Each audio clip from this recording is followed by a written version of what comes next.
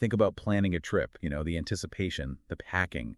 Now imagine that journey ending not where you planned, but as the start of a really perplexing tragedy. Yeah, that's kind of the unsettling backdrop to the deaths of these two 19-year-old twin brothers, Kadir Malik Lewis and Nazir Rahim Lewis. And what grabs you immediately is this stark contrast, right? Absolutely. Between the Georgia Bureau of Investigation's initial assessment, they called it a murder-suicide, and the family's absolute conviction that this just isn't possible.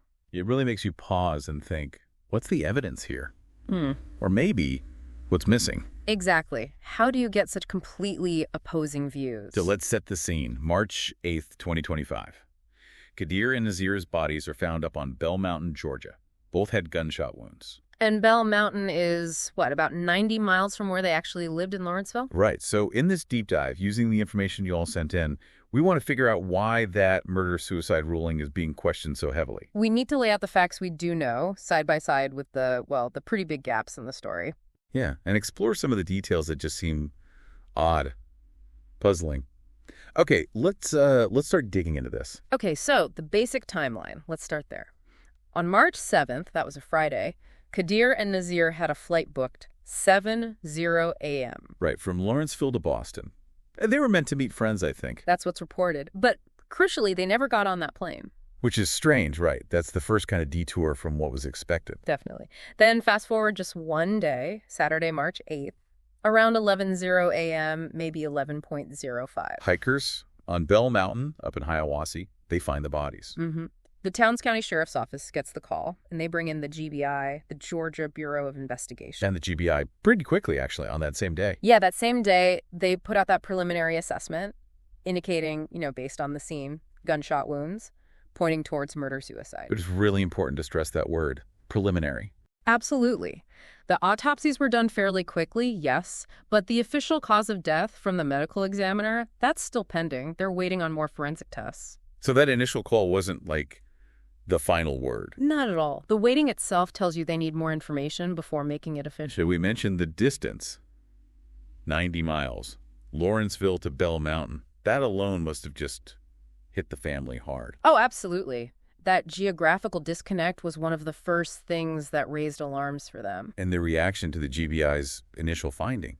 Yeah. It wasn't just disagreement. It was, visceral. Yeah, consistently strong across everything we've looked at.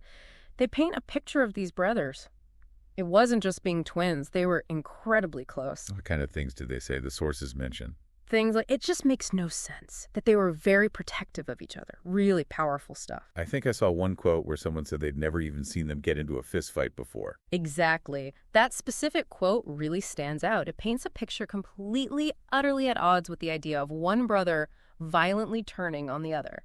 So their disbelief isn't just grief. It's rooted in their fundamental understanding of who these young men were. Precisely. They keep coming back to the idea that Kadir and Nazir just couldn't harm each other. They talk about the strong support system around them. It makes that whole murder-suicide narrative feel completely alien to the family. It really shows how important, background and relationships are when you're trying to understand something this awful. Definitely. And maybe the biggest point the family makes, the one that keeps coming up, is Bell Mountain itself, Hiawassee. Right. They're adamant. The twins had zero connection to that place. They weren't hikers. They didn't know anyone there. There's that quote, it's just so raw. How to end up in the mountains? They don't hike out there. They never even been out there. They don't know nothing about Hiawassee, Georgia. They never even heard of Bell Mountains. So how did they end up right there? It's such a basic question, isn't it? Yeah. It's fundamental. And it's completely unanswered. Which leads us right into, okay, what don't we know? The gaps. Well, the first one is exactly that. How did they travel 90 miles to get there? Initially, the reports were just unclear. Mode of transport, unknown.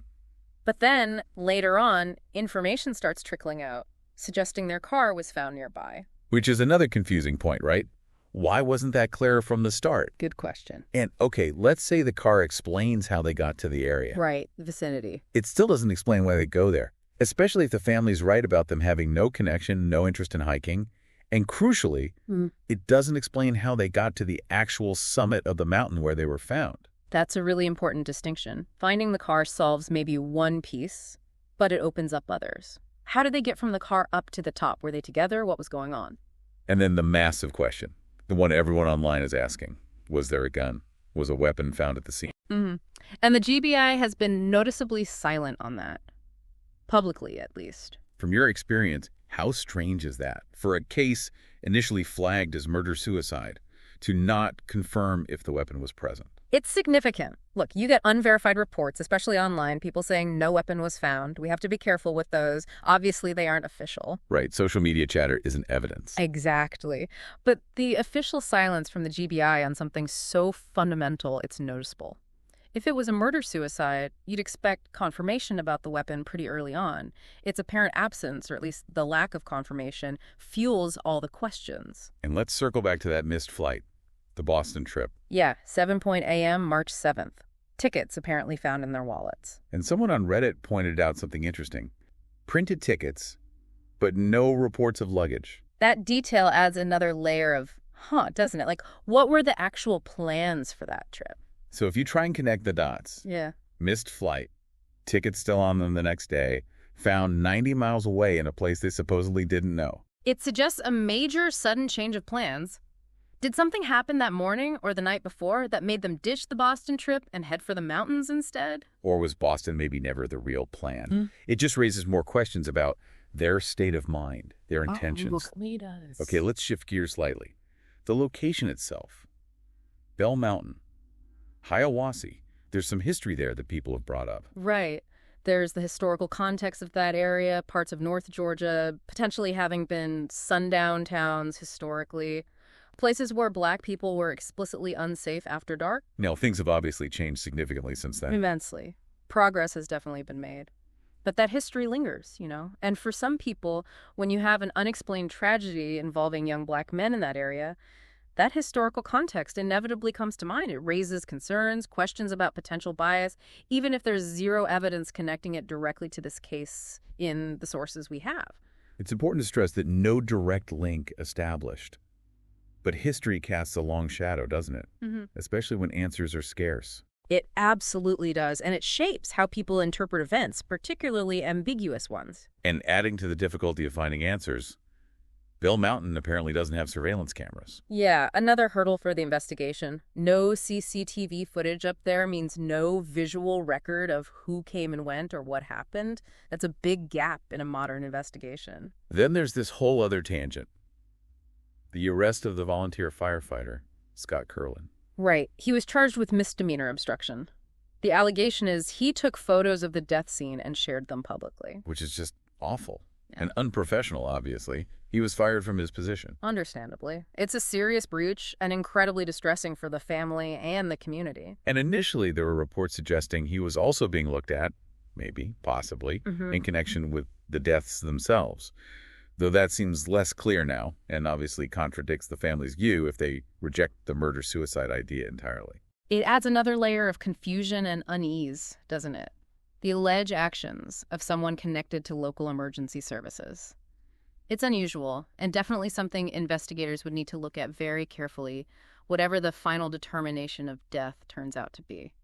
And finally, we have to acknowledge the online reaction. This case has gotten a lot of attention. Huge amount. Lots of people online are echoing the family's doubts, questioning that murder-suicide ruling, coming up with alternative theories. You see the same questions popping up again and again in forums on social media. It really reflects a public trying to make sense of it, grappling with the same inconsistencies and the lack of clear public evidence that the family is pointing to.